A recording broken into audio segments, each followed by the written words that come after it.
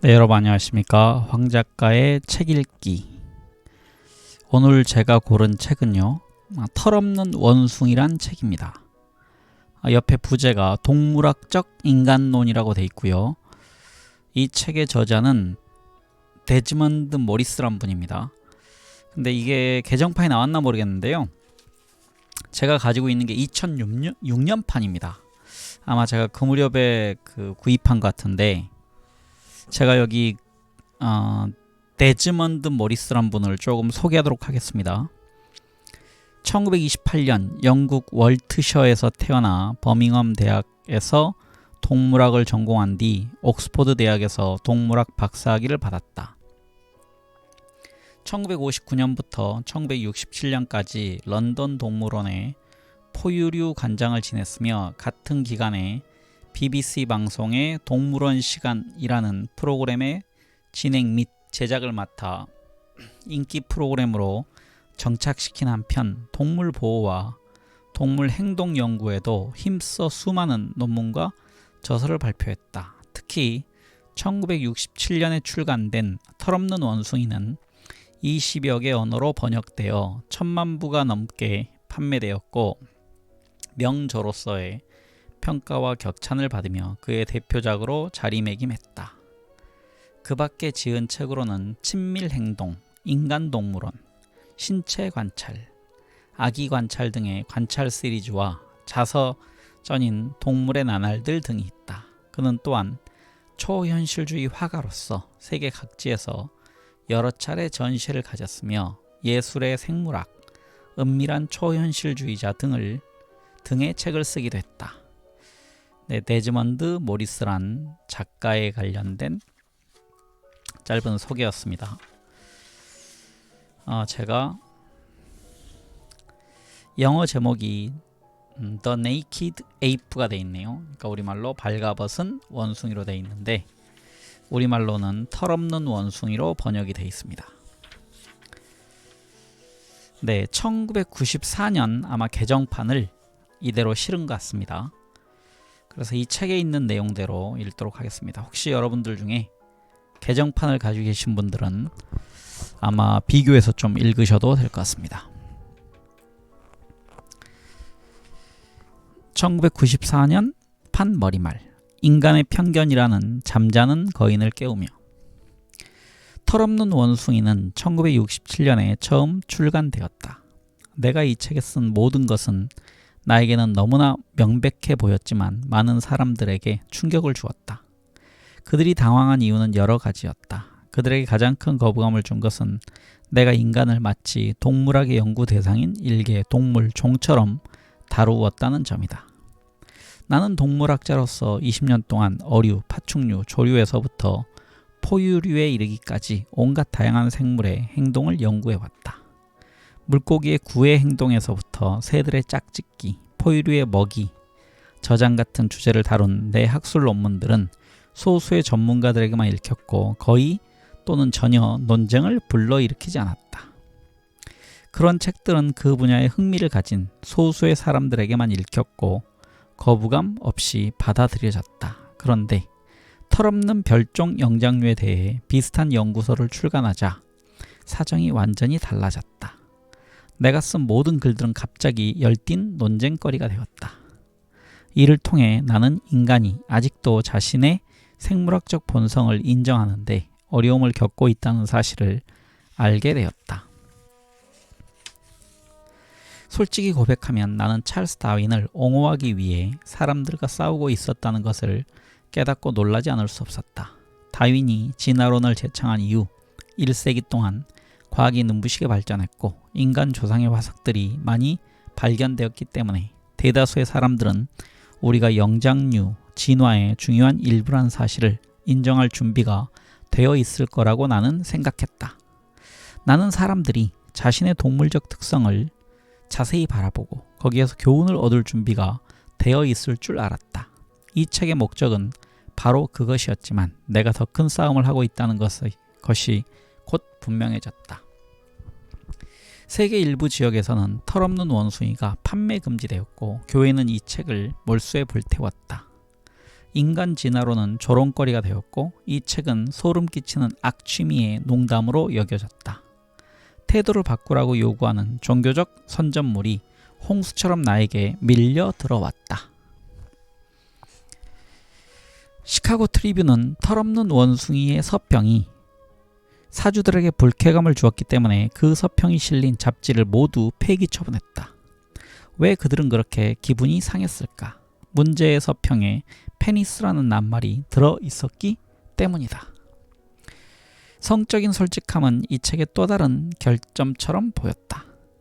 시카고 트리뷴에는 폭력과 살인 사건을 보도하는 기사가 끊임없이 실렸다. 총이라는 낱말도 자주 등장했다. 당시 내가 지적했듯이 이처럼 죽음에 대한 이야기는 얼마든지 언급할 준비가 되어 있으면서 생명에 대한 이야기를 꺼리는 것은 야릇한 노릇이었다. 하지만 논리는 여기에 설 자리가 없었다.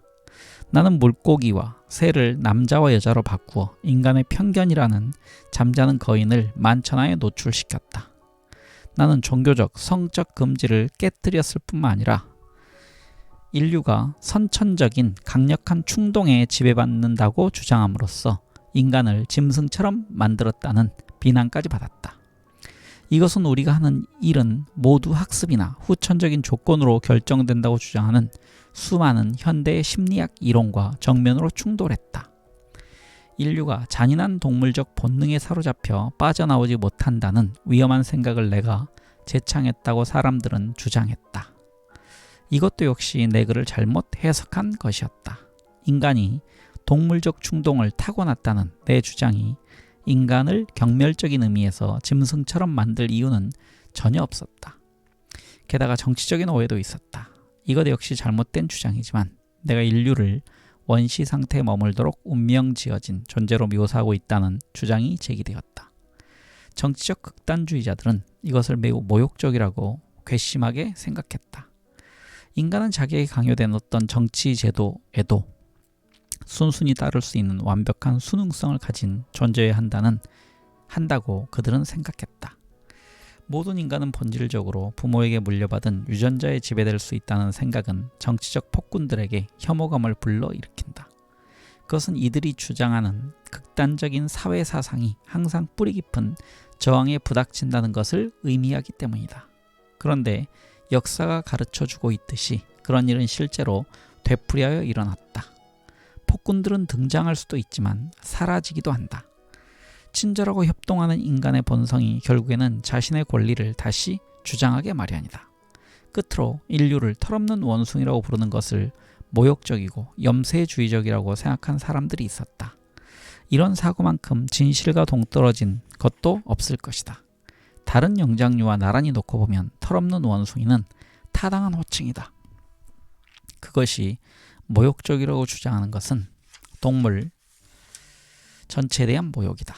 또 그것이 염세주의적이라고 주장하는 것은 원래 대단한 존재로 만들어지지 않은 어느 한 포유류의 놀라운 성공담에 경탄하지 않겠다는 태도다. 1986년에 화보 자료를 넣은 털없는 원숭이가 출판될 때 나는 본문도 최신식으로 고쳐달라는 요청을 받았다. 그러나 내가 수정할 필요가 있다고 생각한 것은 단지 숫자 하나뿐이었다. 나는 숫자 3을 4로 바꾸어야 했다. 이 책이 처음 출판된 1967년에는 세계 인구가 30억이었는데 그 사이에 40억으로 늘어났기 때문이다. 이 머리말을 쓰고 있는 1994년에는 세계 인구가 50억을 훨씬 넘어섰다. 2000년에는 60억에 이를 것이다. 나는 이런 엄청난 인구 증가가 인간 생활에 미치는 영향을 걱정했다. 인간이 진화한 수백만 년 동안은 적은 인구가 작은 부족 단위로 모여 살았다. 그 부족 생활이 우리를 형성했고 우리는 현대 도시 생활에 전혀 준비가 되어 있지 않았다. 부족 생활하는 원숭이가 어떻게 도시의 원숭이로서 현대 생활에 대처해 나갈 수 있었을까? 이 의문이 털없는 원숭이 속편의 주제가 되었다. 나는 도시는 콘크리트의 정글이라는 말을 자주 들었는데 이 말이 잘못되었다는 것을 알고 있었다. 나는 정글을 연구했지만 정글은 도시와 전혀 달랐다. 정글은 도시처럼 북적거리지 않았다. 정글은 유기적이었고 아주 서서히 변화했다.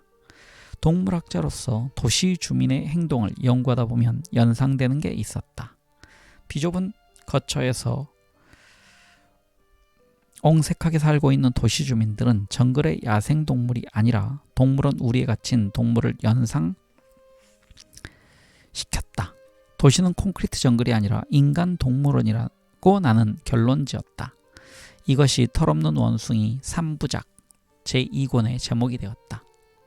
인간 동물원에서 나는 도시 생활의 스트레스와 중압감 속에 드러나는 우리 인류의 공격적 행동과 성적 행동, 부모로서의 행동을 좀 더 면밀히 관찰했다.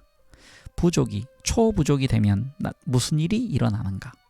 지위가 초지위가 되면 무슨 일이 일어나는가? 각자가 수천 명의 낯선 사람에게 둘러싸이게 되면 가족의 바탕을 둔 우리의 성적 특질은 어떻게 살아남을 수 있을까? 도시가 그렇게 스트레스를 준다면 왜 사람들은 도시로 떼지어 모여들까? 이 마지막 의문에 대한 해답은 우울한 그림에 유쾌한 요소 하나를 덧붙여준다. 도시는 온갖 결합에도 불구하고 우리의 위대한 창의성이 꽃피고 발전할 수 있는 거대한 자극 중추 역할을 하기 때문이다. 이 3부작의 3권인 친교 행동에서 나는 이 새로운 환경에서 우리의 인간관계가 어떻게 달라졌는가 하는 주제를 다루었다. 지독히 성적이고 사랑이 넘치는 우리의 본성은 현대생활에 어떻게 반응했을까? 친밀한 관계에서 우리가 잃은 것은 무엇이고 얻은 것은 무엇인가? 많은 점에서 우리는 여전히 우리의 생물학적 기원에 놀랄 만큼 충실하다.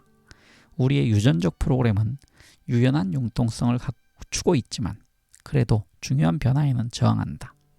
솔직하고 친밀한 관계를 맺을 수 없는 경우에는 창의성을 발휘하여 우리를 도와줄 대용품을 고안해낸다. 우리가 과학기술의 편리함과 현대생활의 흥분을 즐기면서 동시에 원시적인 명령에도 복종할 수 있는 것은 인류라는 종이 갖고 있는 창의력 덕분이다. 이것이 우리가 놀라운 성공을 거둔 비결이었고 운이 좋으면 이 창의력 덕분에 앞으로도 우린 점점 위험해지는 진화의 줄타기를 계속할 수 있을 것이다. 미래를 황폐하고 오염된 풍경으로 생각하는 것은 잘못이다. 그렇게 생각하는 사람들은 방송 뉴스를 보면서 우리가 저지를 수 있는 최악의 행동에 움찔하고 그것을 수천 배로 확대하여 우울한 시나리오를 만들어낸다. 하지만 그들은 두 가지 사실을 간과하고 있다. 첫째, 우리에게 전달된 뉴스는 거의 다 나쁜 뉴스지만 세상에는 폭력이나 파괴 행위보다 평화롭고 우호적인 행위가 100만 배나 많이 일어난다는 점이다. 둘째, 그들은 미래를 상상할 때 되게 혁명적인 새로운 발명이 이루어질 가능성을 간과하고 있다. 우리는 각 세대마다 놀라운 과학기술의 진보를 이룩했고 그 진보가 갑자기 멈춰버릴 거라고 생각할 이유는 전혀 없다. 멈추기는커녕 극적으로 확대될 게 거의 확실하다. 우리에게 불가능한 일은 아무것도 없다. 하지만 컴퓨터 본체가 점토판처럼 원시적인 것으로 보이게 되었을 때에도 우리는 여전히 살과 피로 이루어진 털없는 원숭이에 불과할 것이다. 우리가 무자비하게 진보를 추구하면서 가까운 동물 친척을 모조리 파괴한다 해도 우리는 여전히 생물학적 규칙의 지배를 받는 생물학적 현상으로 남아있을 것이다. 나는 이것을 염두에 두고 1967년부터 1971년까지 출판된 털없는 원숭이 3부작이 이제 다시 출간되는 것을 기쁘게 생각한다.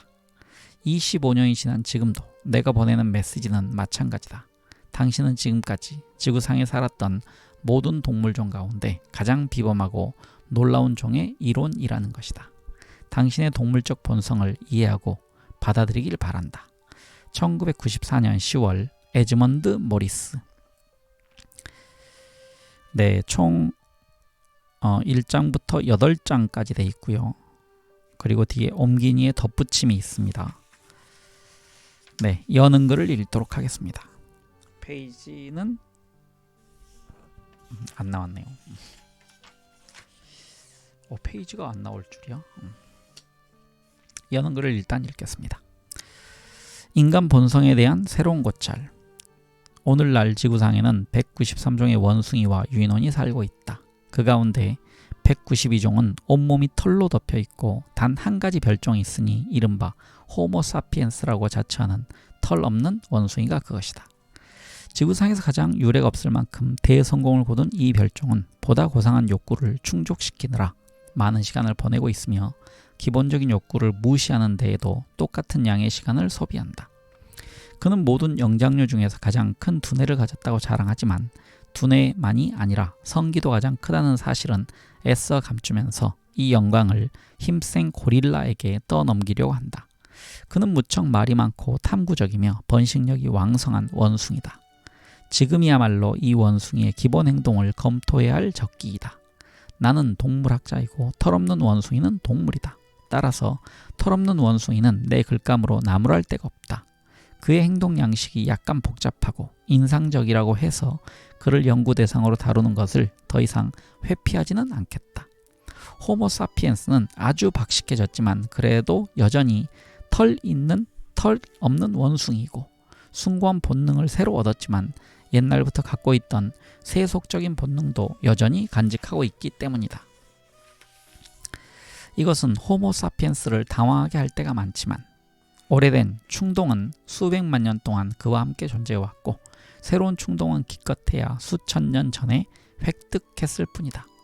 수백만 년 동안 진화를 거듭하면서 축적된 발생론적 유산을 단번에 벗어던질 가망은 전혀 없다. 이 사실을 회피하지 말고 직면하기만 한다면 호모 사피엔스는 훨씬 느긋해지고 좀 더 많은 것을 성취하는 동물이 될 것이다. 이것이 바로 동물학자가 이바지할 수 있는 영역이다. 지금까지 털없는 원숭이의 행동을 조사한 연구서들은 아주 이상한 특징을 갖고 있다. 너무나 명백한 사실을 거의 어김없이 회피하고 있다는 점이다. 초기의 인류학자들은 우리의 본성이 갖고 있는 기본적인 진리를 해명하기 위해 세계에서 가장 엉뚱한 곳만 찾아다녔다. 그들이 부지런히 달려간 곳은 이를테면 전형적인 것과는 거리가 멀 뿐 아니라 성과가 나빠서 거의 소멸해버린 문화의 오지들이었다. 세계의 구석구석으로 흩어졌던 그들은 그 미개한 부족들의 괴상한 짝짓기 관습과 이상한 친족제도 또는 기괴한 의식 절차에 대한 놀라운 사실들을 모아서 문명세계로 돌아왔다. 그리고 이 자료들이 마치 호모 사피엔스라는 종 전체의 행동의 가장 중요한 자료인 양 거기에 매달렸다. 그들이 한 일은 물론 흥미롭고 털없는 원숭이 집단이 문화적 혜택을 받을 수 없는 막다른 골목으로 잘못 들어갈 때 어떤 일이 일어날 수 있는가를 보여준다는 점에서 귀중한 가치를 지니고 있었다. 그들의 연구는 우리의 행동 양식이 사회를 완전히 붕괴시키지 않고도 얼마나 정상에서 멀리 벗어날 수 있는가를 보여주었다. 그러나 그것은 전형적인 털없는 원숭이의 전형적인 행동에 대해서는 아무것도 말해주지 않는다. 이것은 주요 문명국에 속해 있는 정상적이고 성공적인 개체들, 즉 절대 다수를 대표하는 표본들이 모두 공유하고 있는 공통된 행동 양식을 조사해야만 알 수 있다. 생물학적으로 볼 때 건전한 접근 방식은 오직 이것뿐이다. 여기에 대하여 고루한 인류학자들은 단순한 기술을 가진 부족 집단이 선진 문명인보다 문제의 핵심에 더 가까이 있다고 주장할 것이다. 그러나 결코 그렇지 않다고 나는 주장한다. 오늘날 이 지구상에 살고 있는 단순한 부족 집단은 원시적이 아니라 무력하다는 것을 스스로 증명하고 있을 뿐이다. 진정한 원시부족은 이미 수천 년 전에 사라졌다.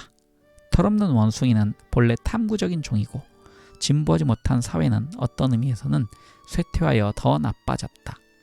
그런 사회에는 진보를 방해하는 일, 주변 세계를 탐험하고 조사하는 호모 사피엔스의 타고난 성향을 억제하는 일이 일어났다. 초기의 인류학자들이 이런 부족들에게서 발견한 특징은 그 부족 집단의 진보를 방해한 바로 그 특징일지도 모른다. 따라서 이런 정보를 호모 사피엔스라는 종 전체 행동 양식을 정립하기 위한 근거로 이용하는 것은 위험하기 짝이 없다. 이와는 대조적으로 정신과 의사와 정신분석학자들은 집 근처에 머무른 채 호모 사피엔스의 주류를 이루는 표본들을 임상적으로 연구하는 작업에 몰두했다. 그러나 그들이 초기에 얻은 자료는 비록 인류학자의 정보와 같은 약점을 갖고 있지 않았지만 불행하게도 역시 한쪽으로 치우쳐 있다. 그들이 이론의 근거로 삼은 개체들은 주류에 속해 있지만 정상에서 벗어난 변종이거나 어떤 의미에서는 실패한 표본일 수밖에 없다. 건강하고 성공적이며 정상적인 사람이었다면 정신과 의사의 도움을 청하지도 않았을 테고, 따라서 정신과 의사에게 정보를 제공하지도 않았을 것이다. 그렇다 해도 나는 그들의 노력을 낮게 평하고 싶지는 않다. 그들의 연구는 우리의 행동 양식이 어떤 식으로 무너질 수 있는가 하는 중요한 통찰을 우리에게 제공해 주었기 때문이다. 그러나 호모사피엔스란 종이 기본적으로 갖고 있는 생물학적 본성을 논할 때 초기의 인류학과 정신의학의 연구 결과에 너무 중점을 두는 것은 현명한 일이 못 된다고 나는 생각한다. 인류학과 정신의학의 상황이 급속히 변하고 있다는 것을 여기에 덧붙여 두어야겠다.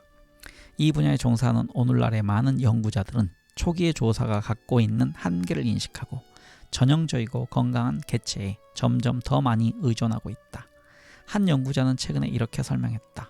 지금까지는 주객이 뒤바뀌어 있었다. 우리는 줄곧 비정상적인 개체만을 다루어왔고 이제야 뒤늦게 정상적인 개체를 집중적으로 연구하기 시작했을 뿐이다. 내가 이 책에 사용하고자 하는 접근 방식은 다음 세 가지 주요 출처에서 자료를 얻고 있다. 1. 고생물학자들이 발굴한 우리의 과거에 대한 정보, 즉 우리의 고대 조상들의 화석과 유물의 근거를 둔 정보. 2. 비교 행동학자들의 동물 행동 연구에서 얻은 정보, 즉 광범위한 동물들, 특히 우리와 가장 가까운 친척인 원숭이와 유인원을 자세히 관찰한 결과에 바탕을 둔 정보. 3. 오늘날 털없는 원숭이의 주요 문명권에 속해 있는 성공적인 표본들이 널리 공유하고 있는 가장 기본적인 행동 양식을 직접 관찰함으로써 얻을 수 있는 정보. 이 작업은 너무나 방대하기 때문에 몇 가지 점에서는 단순화할 필요가 있을 것이다. 나는 과학기술과 관련된 세세한 문제나 장황한 표현을 되도록 무시하고 그 대신 다른 동물들도 하고 있는 일들, 예를 들면 음식을 먹고 몸을 손질하고 잠자고 싸우고 짝짓고 새끼를 돌보는 활동에 중점을 둘 작정이다. 이런 기본적인 문제에 부닥쳤을 때 털없는 원숭이는 어떤 반응을 보이는가? 그의 반응은 다른 원숭이나 유인원의 반응과 얼마나 비슷한가? 털없는 원숭이는 어떤 점에서 독특하고 그 독특함은 털없는 원숭이가 걸어온 특별한 진화의 역사와 어떤 관계를 가지고 있는가? 이런 문제들을 다루다 보면 많은 사람들의 분노를 살 수도 있을 것이다. 자신의 동물적 본성을 생각하고 싶어하지 않는 사람도 있을 테니까. 그들은 내가 호모사피엔스를 순전히 동물의 각도에서 논함으로써 우리 종의 품위를 떨어뜨렸다고 생각할지도 모른다. 그러나 이것은 절대로 내 본뜻이 아니다. 동물학자가 감히 자신의 전문 분야를 침범했다고 붕괴하는 사람도 있을 것이다. 그러나 이런 접근 방식은 큰 가치를 지닐 수 있고 그 결점이 무엇이든 호모사피엔스라는 놀라운 종이 갖고 있는 복잡한 본성에 새로운, 그리고 어떤 점에서는 예기치 않은 빛을 던져주리라고 나는 믿는다. 네, 여는 글이었습니다. 첫 번째는 기원입니다. 놀랄 만큼 강력하고 극적인 진화.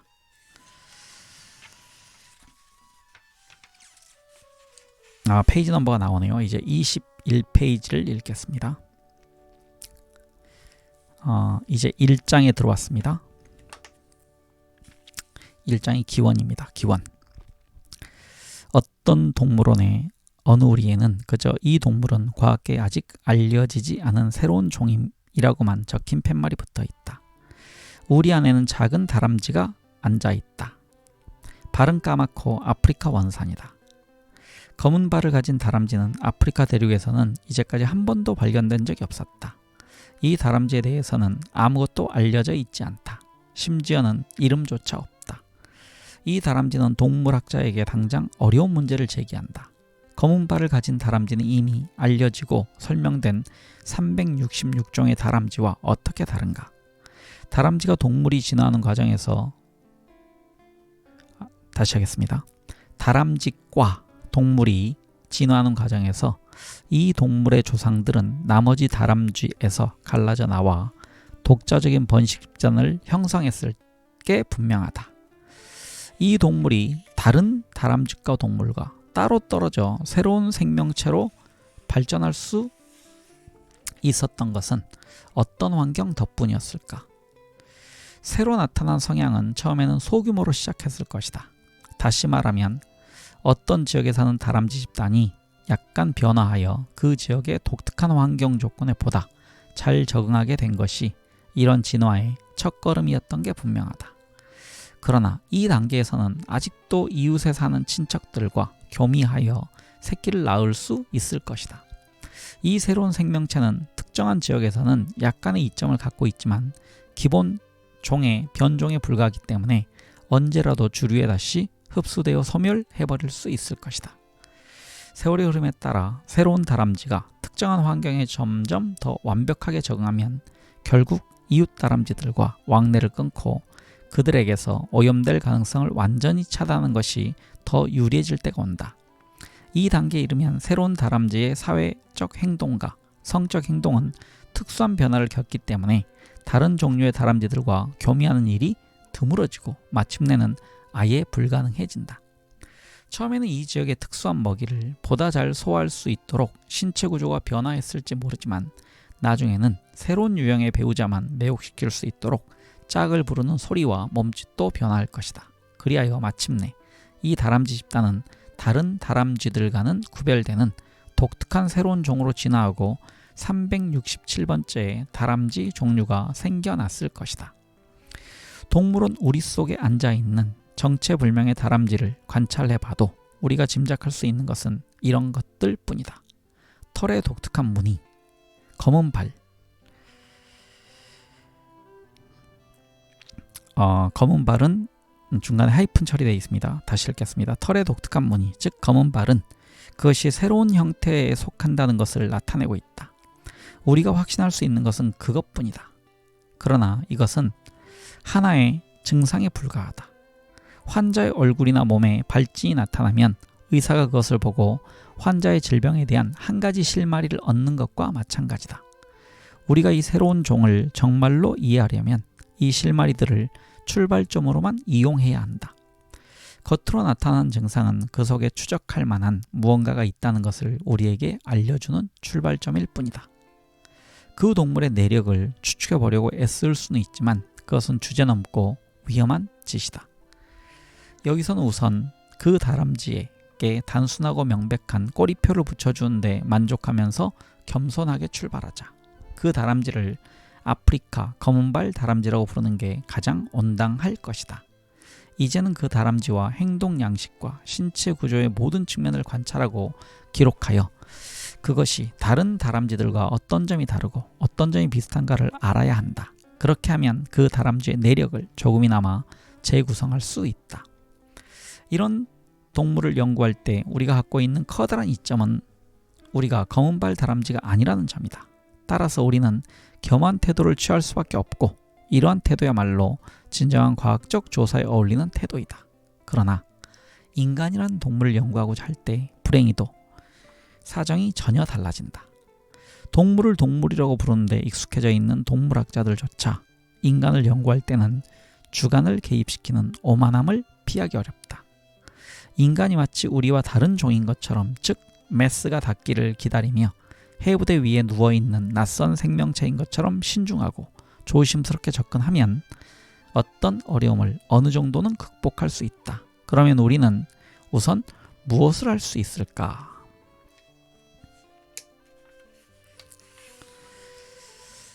인간은 왜 털을 벗어야만 했을까? 새로운 종류의 다람쥐를 연구할 때처럼 겉보기에 가장 밀접한 관계를 가진 것처럼 보이는 다른 종과 비교하는 일부터 시작해보자. 인간의 이와 손, 눈을 비롯한 여러가지 해부학적 특징을 미루어 보아 인간이 인류의 영장류인 것만은 분명하다. 그러나 아주 기묘한 종류의 영장류이다. 192종의 원숭이와 유인원의 가죽을 한 줄로 길게 늘어놓고 인간의 피부를 어딘가 적당한 위치에 끼워 넣으려고 해보면 인간이 얼마나 괴상한 영장류인가를 분명히 알 수 있다. 어디에 집어넣어도 인간의 피부는 잘못 놓인 것처럼 동떨어져 보인다. 결국 우리는 인간의 피부를 그 줄의 맨 끝에 침팬지나 고릴라 같은 꼬리 없는 유인원의 가죽 옆에 놓을 수밖에 없다. 이 자리에 놓아도 인간의 피부는 두드러지게 다르다. 다리는 너무 길고 팔은 너무 짧고 발은 약간 이상하다. 이 영장류는 독특한 이동 방법을 개발했고 그것이 기본 형태의 변화를 가져온 것이 분명하다. 그러나 그 밖에도 관심을 가져달라고 아우성치는 또 한 가지 특징이 있다. 그 피부가 사실상 털이 없는 벌거숭이라는 점이다. 머리와 겨드랑이와 생식기 주변에 눈길을 끄는 이채로운 털이 나 있는 것을 제외하면 인간의 피부는 완전히 노출되어 있다. 다른 영장류와 비교하면 현저한 대조를 이룬다. 사실 일부 원숭이와 유인원은 엉덩이나 얼굴이나 가슴에 조그맣게 노출된 피부를 갖고 있지만 인간과는 비교도 되지 않는다. 192종 가운데 어떤 것도 인간의 조건에는 감히 접근조차 하지 못한다. 더 이상 조사할 필요도 없이 이 시점에서 우리는 이 새로운 종을 털없는 원숭이라고 이름 지을 수 있다. 털없는 원숭이는 단순한 관찰의 바탕을 둔 단순한 묘사적인 호칭이며 주제 넘은 가정은 전혀 포함되어 있지 않다. 인간을 털없는 원숭이라고 부르면 우리가 균형 감각과 객관성을 유지하는 데 도움이 될 것이다. 이 괴상한 동물을 열심히 바라보고 그 독특한 특징이 갖는 의미가 궁금해지면 동물학자는 이제 비교 작업을 시작해야 한다. 인간 이외의 벌거숭이 동물은 또 어디에 있는가? 다른 영장류에서는 찾을 수 없으니 더욱 멀리까지 찾아보게 된다. 오늘날 지구상에 살고 있는 모든 포유류를 대충 훑어보면 그것들은 몸을 보호해주는 털 가죽에 깊은 애착을 가지고 있으며 4237종의 포유류 가운데 털 가죽이 없이도 생존할 수 있는 동물은 거의 없다는 사실이 곧 분명해진다. 포유류는 조상인 파충류와는 달리 항상 높은 체온을 유지할 수 있는 생리적인 이점을 얻었다. 체온이 항상 따뜻하면 신체 조직이라는 섬세한 기계가 언제나 최고의 성능을 발휘할 수 있다. 이것은 함부로 훼손하거나 가볍게 포기할 수 있는 부가 기능이 아니다.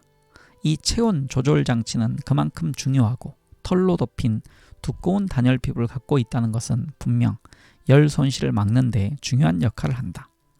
뜨거운 햇살이 내리쬐면 두꺼운 털 가죽은 피부가 햇살에 직접 노출되어 지나치게 뜨거워지거나 손상되는 것을 막아준다. 따라서 털이 없어져야 한다면 털을 없애야 할 강력한 이유가 있어야 한다. 몇 가지 예외는 있지만 포유류는 완전히 새로운 생활 방식을 갖기 시작했을 때에만 이런 극적인 조치를 취했다. 날아다니는 포유류인 박쥐는 날개 부분의 털을 벗어 던질 수밖에 없었지만 나머지 부위의 털은 그대로 간직하고 있기 때문에 벌거숭이 동물이라고 할 수는 없다. 굴 속에 사는 일부 포유류, 예를 들면 벌거숭이, 뻐드렁니 쥐, 땅, 돼지, 아르마딜로는 피부에 덮인 털을 줄였다. 고래와 돌고래, 거북, 듀공, 매너티, 하마 같은 수생 포유류도 전반적으로 유선형이 되는 과정에서 털을 벗었다. 그러나 육지에 사는 보다 전형적인 포유류는 땅 위를 뛰어다니는 동물이든 나무 위로 기어 올라가는 동물이든 모두 빽빽한 털로 덮인 가죽을 갖고 있는 것이 기본 원칙이다. 코뿔소나 코끼리, 이 동물들은 몸을 데우고 식혀야 하는 특유의 문제를 갖고 있다. 설명이 있어서요. 코끼리나 코뿔소처럼 다시 읽겠습니다. 코뿔소나 코끼리처럼 몸이 비정상적으로 크고 무거운 동물들을 제외하면 털없는 원숭이는 털로 덮여있는 수천 종의 육상, 포유류와 뚜렷이 구별되는 털없는 벌거숭이 모습으로 혼자 서 있다. 이렇게 되면 동물학자는 털없는 원숭이가 굴을 파는 포유류나 수생 포유류와 같은 부류에 속한다는 결론을 내리거나 아니면 털없는 원숭이의 진화 역사에는 매우 기묘하고 독특한 무언가가 있다는 결론에 도달할 수밖에 없다. 그렇다면 오늘날의 털없는 원숭이를 관찰하러 현장 조사를 떠나기 전에 우선 해야 할 일은 그 동물의 과거로 깊이 파고 들어가 직접적인 조상을 되도록 면밀하게 조사하는 것이다. 화석과 그 밖의 유물을 검토하고 오늘날 살아있는 가장 가까운 친척들을 관찰하면 이 새로운 유형의 영장류가 나타나 다른 친척들과 갈라질 때 무슨 일이 일어났는가를 대충 짐작할 수 있을 것이다. 지난 19세기 동안 수많은 사람들이 힘들여 모은 단편적인 증거들을 여기에 모두 제시하려면 시간이 너무 많이 걸릴 것이다. 그러니 그 일은 이미 한 것으로 치고 여기서는 화석에 굶주린 고생물학자들이 얻어낸 정보와 끈기 있게 원숭이를 관찰한 비교 행동학자들이 수집한 사실들을 결합하여 거기서 끌어낼 수 있는 결론만 간단히 요약하기로 하겠다. 우리 털없는 원숭이가 속해 있는 영장류는 원래 원시적인 식충류에서 생겨났다. 이 초기의 포유류는 안전한 숲속을 성급하게 뛰어다니는 조그맣고 하찮은 동물이었고 동물 세계를 지배하는 것은 거대한 파충류였다. 8천만에서부터 5천만 년 전에 파충류 시대가 무너진 뒤 곤충을 잡아먹는 이 작은 동물들은 위험을 무릅쓰고 새로운 영토로 과감하게 진출하기 시작했다. 그들은 그곳에 널리 흩어져 수많은 이상한 모양으로 진화했다. 일부는 초식동물이 되어 몸을 지키기 위해 땅 밑에 굴을 파거나 적으로부터 재빨리 도망칠 수 있도록 기다란 다리를 갖게 되었다. 동물 세계 왕이었던 파충류는 왕좌에서 쫓겨나 무대를 떠났고 탁 트인 들판을 다시금 다시 읽겠습니다. 동물 세계 왕이었던 파충류는 왕좌에서 쫓겨나 무대를 떠났고 탁 트인 들판은 다시금 전쟁터가 되었다. 한편 숲속에서는 아직도 작은 동물들이 안전한 나무에 바짝 매달려 있었다. 그러나 여기서도 진보는 이루어지고 있었다. 곤충만 먹던 식충류는 먹이의 범위를 넓히기 시작하여 과일과 견과류, 딸기류, 식물의 싹과 나무 잎을 소화하는 문제를 조금씩 해결해 나갔다. 여기서 식충류는 벌레를 먹는 종, 그런 뜻입니다. 이들이 가장 열등한 형태의 영장류로 진화하자 눈이 얼굴 앞쪽으로 나오면서 시력이 좋아졌고 두 손은 먹이를 잡는 도구로 발전했다. 3차원적인 시야와 마음대로 조종할 수 있는 팔다리를 갖게 된 이 동물은 두뇌가 서서히 커지면서 차츰 숲속의 세계를 지배하게 되었다. 3,500만 년부터 2,500만 년 전에 이 조상 원숭이는 어느덧 진짜 원숭이로 진화하기 시작했다. 몸의 균형을 잡는 기다란 꼬리가 발달하기 시작했고 몸의 크기도 상당히 커지고 있었다. 일부는 나뭇잎만 전문으로 먹는 초식동물이 되어가고 있었지만 대부분은 먹이를 가리지 않고 먹는 잡식성을 유지했다. 세월이 흐름에 따라 이 원숭이 비슷한 동물들 가운데 일부는 몸이 더 커지고 무거워졌다. 이들은 깡총깡총 뛰어다니는 대신 두 손으로 번갈아 나무가지에 매달려 이동하게 되었다. 그러자 꼬리는 쓸모가 없어졌다. 몸이 커졌기 때문에 숲속에서 움직이기가 훨씬 거추장스러워졌지만 땅 위를 돌아다니는 육식동물들의 공격을 경계해야 할 필요성은 줄어들었다. 그러나 이 단계, 즉 유인원 단계에서도 나무와 풀이 우거져 안락하고 먹이를 쉽게 구할 수 있는 숲은 그들에게는 에덴 동산이었다. 이 에덴 동산에 머무는 것에는 좋은 점이 너무 많았다. 주위 환경 때문에 어쩔 수 없이 넓은 들판으로 밀려나야 하는 경우가 아니면 그들은 거기서 꿈쩍도 하지 않을 것 같았다. 모험심이 왕성한 초기의 탐험가, 포유류들과는 달리 그들은 숲속 생활의 전문가가 되었다. 수백만 년 동안 진화하면서 이 숲속의 귀족 계급은 점점 완전해졌고 이제 와서 숲을 떠난다면 이미 고도로 발달한 초식동물이나 육식동물과 경쟁해야 할 터였다. 그래서 그들은 숲에 머물면서 과일을 따먹고 조용히 자기 일에만 신경을 썼다. 여기서 강조해둘 점은 이런 부류의 유인원이 몇 가지 이유 때문에 구대륙에만 존재했다는 사실이다. 원숭이는 구대륙과 신대륙에서 따로 진화하여 고도로 발달한 나무 거주자가 되었지만 아메리카 대륙의 영장류는 결코 유인원 등급으로 올라가지 못한 반면 구대륙에서는 조상 유인원들이 서부 아프리카에서 동남아시아에 이르는 넓은 삼림지대에 널리 퍼져 있었다. 오늘날에도 아프리카 침팬지와 고릴라 그리고 아시아의 긴팔 원숭이와 오랑우탄에서 이런 조상 유인원의 흔적을 찾아볼 수 있다. 오늘날 아프리카와 아시아를 제외하고는 세계 어디에도 털난 유인원을 찾아볼 수 없다. 싱그러운 녹음이 우거진 숲은 사라져버린 것이다. 그러면 초기 유인원에게는 무슨 일이 일어났을까? 기후가 그들에게 불리하게 작용하기 시작하여 약 1500만 년 전에는 그들의 본거지인 숲이 크게 줄었다는 사실을 우리는 알고 있다. 그래서 조상 유인원들은 비좁아진 숲속의 요새를 고수하든가 아니면 성서에도 쉬어있는 에덴 동산에서 추방당하는 것을 감수하든가 둘 중 하나를 택할 수밖에 없었다. 침팬지와 고릴라, 긴팔 원숭이, 오랑우탄의 조상들은 숲속에 남았고 그때부터 그들의 수는 서서히 줄어들기 시작했다. 그들 이외에 살아남은 유일한 유인원, 털없는 원숭이의 조상들은 숲을 떠나 이미 오래전부터 땅 위에서의 삶에 효율적으로 적응한 동물들과의 경쟁에 뛰어들었다. 그것은 위험한 일이었지만 성공적인 진화라는 관점에서 보면 그 모험은 탐스러운 열매를 맺었다. 숲을 떠난 원숭이의 성공담. 털없는 원숭이가 숲을 떠난 뒤부터 이룩한 성공담은 잘 알려져 있지만 간단히 요약해보는 것도 도움이 될 것이다. 털없는 원숭이의 오늘날의 행동을 객관적으로 이해하려면 그 후에 일어난 사건을 마음에 새겨둘 필요가 있기 때문이다. 새로운 환경에 직면했을 때 우리 조상들은 다시 읽겠습니다. 새로운 환경에 직면했을 때 우리 조상들의 앞날은 암담했다.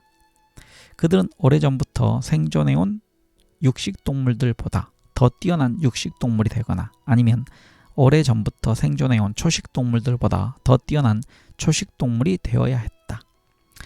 오늘날 우리가 알고 있다시피 우리 조상들은 어떤 의미에서는 육식동물로도 성공했고 초식동물로도 성공을 거두었다. 그러나 농업은 고작 수천 년 전에 시작되었을 뿐이고 우리는 지금 수백만 년의 시간을 다루고 있는 것이다. 밭을 일구고 식물을 재배하는 것은 우리 조상들의 능력을 넘어서는 일이었기 때문이다. 오늘날 같은 선진 기술이 발달할 때까지 오랜 시간을 기다려야 했다. 들판에 널려있는 식량을 그대로 먹는 데 필요한 소화기관도 갖고 있지 않았다. 숲속의 과일과 견과류 대신 식물의 뿌리와 구근을 먹을 수는 있었지만 제약 조건이 너무나 많았다. 숲속에 있을 때는 나뭇가지를 향해 느긋하게 팔을 뻗기만 하면 맛있게 익은 과일을 따먹을 수 있었지만 숲에서 나와 지상으로 내려온 뒤에는 귀중한 식량을 얻기 위해 딱딱한 땅을 힘들여 파고 손톱으로 긁어야 했을 것이다. 그러나 그가 숲속에서 먹던 먹이는 과일과 견과류만이 아니었다.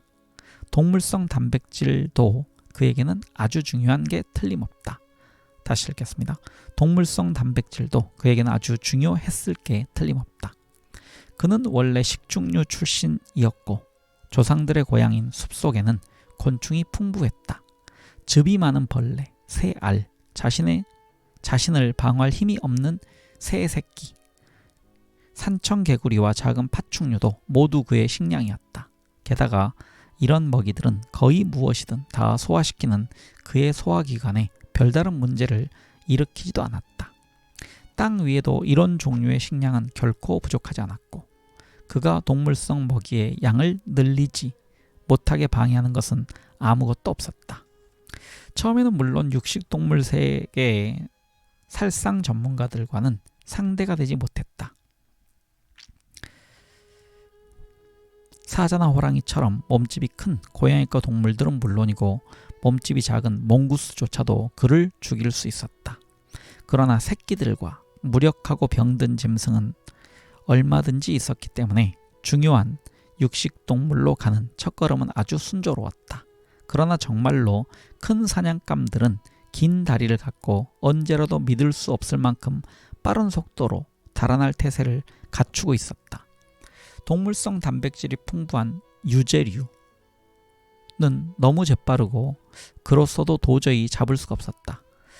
유제류는 그 말발굽제가 있어서요. 아마 이건 발굽이 있는 동물인 것 같습니다. 구제역 할 때 그 제자 같습니다. 이 무렵부터 놀랄 만큼 강렬하고 극적인 일련의 진화가 시작된다. 이것은 털없는 원숭이의 조상들이 걸어온 역사 가운데 마지막 100만 년에 해당한다. 이 시기에는 몇 가지 일들이 한꺼번에 일어났는데 이 사실을 이해하는 것은 매우 중요하다. 이 이야기를 할 때면 나는 마치 하나의 중요한 진화가 다른 진화를 불러일으킨 것처럼 진화의 각 부분들을 따로따로 늘어놓는 경우가 많지만 이것은 자칫 오해를 불러일으킬 수 있다. 지상으로 내려온 조상 유인원들은 이미 크고 발달한 두뇌를 갖고 있었다. 그들은 좋은 눈과 물건을 잡을 때 효율적인 손을 갖고 있었다. 게다가 그들은 영장류이기 때문에 어느 정도의 사회 조직도 갖고 있었다. 사냥감을 잡는 솜씨를 늘려야 할 필요성이 커지자 중요한 변화가 일어나기 시작했다. 그들은 더욱 똑바로 서게 되었고 그 결과 더 빨리 잘 달릴 수 있게 되었다. 이동할 때 손을 사용할 필요가 없어졌기 때문에 그 의무에서 해방된 손에 무기를 든 그들은 강하고 효율적인 무기 사용자가 되었다.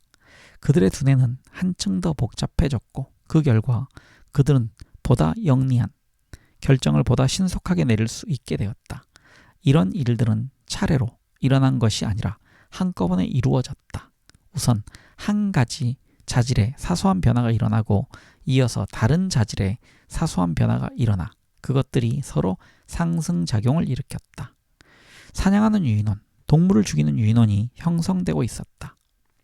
어쩌면 그만큼 격렬하지 않은 진화, 예를 들면 이빨과 손톱이 뾰족한 엄니와 날카로운 발톱 같은 무기로 발달하여 고양이과나 객과의 육식 동물과 비슷한 고양이 원숭이나 개 원숭이로 진화하는 것이 보다 유리했을지도 모른다고 주장할 수도 있다. 그러나 이렇게 되면 지상으로 내려온 조상 유인원들은 이미 살상 전문가가 된 고양이과나 객과의 육식 동물들과 직접 경쟁해야만 했을 것이고 그런 동물들의 본거지에서 그들이 내세운 조건에 따라 경쟁을 벌였다면 조상 유인원들은 끔찍한 재난을 당할 수밖에 없었을 것이다.